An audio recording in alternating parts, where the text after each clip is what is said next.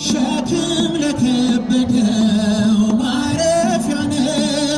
እጅግ የቀለለ ቀንበር ያለ ተጓዝኩኝ ሌቱን በብርሃን ባንተ አየሁኝ መሻገርን ተጓዝኩኝ ሌቱን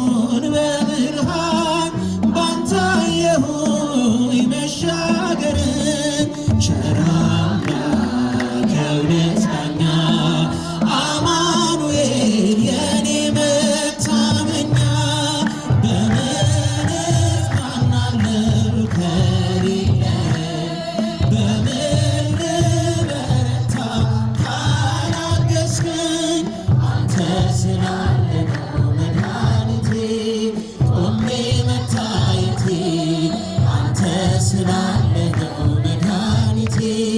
ቆሜ መታየቴ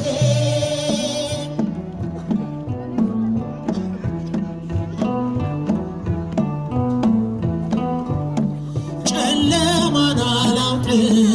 በጉዞዬ በሕይወቴ ሁሉ ነህ መሪ ተጓዝኩኝ ሌቱን በብርሃን ባንተ አየሁኝ መሻገርን ተጓዝኩኝ ሌቱን በብርሃን ባንተ አየሁኝ መሻገርን ቸር አምላክ የእውነት ዳኛ አማኑኤል የኔ መታመኛ በምን እጽናናለሁ ከሌለህ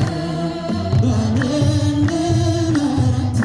ካላገዝከኝ አንተ ስላለህ ነው መድኃኒቴ ቆሜ መታየቴ አንተ ስላለህ ነው መድኃኒቴ ቆሜ መታየቴ ልታጨብጨባ ይገባል መድኃኔዓለም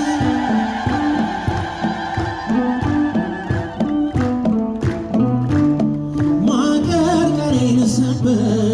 ካልኩኝ ቀና በርትቼ ተራመድኩ እንደገና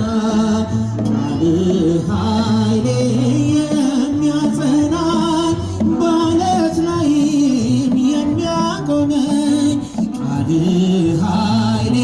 የሚያጸናኝ በዓለት ላይም የተከልከኝ ቸር አምላክ የእውነት ዳኛ አማኑኤል የኔ መታመኛ በምን እጽናናለሁ ከሌለህ በምን ልበረታ ካላገዝከኝ አንተ ስላለህ ነው መድኃኒቴ ቆሜ መታየቴ አንተ ስላለህ ነው መድኃኒቴ ቆሜ መታየቴ ልልታ ጭብጨባ ይገባዋል መድኃኔዓለም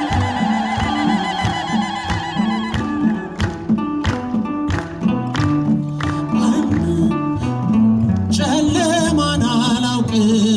በጉዞዬ በሕይወቴ ሁሉ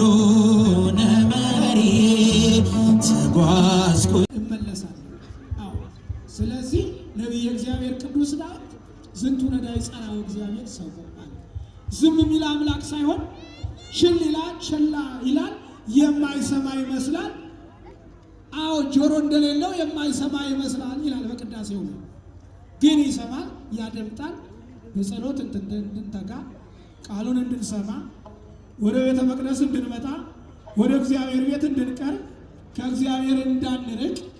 በዚህ አጋጣሚ አምላካችን እግዚአብሔር ይህን ይነግረናል ማለት ነው። ስለዚህ የጸሎት ሰዎች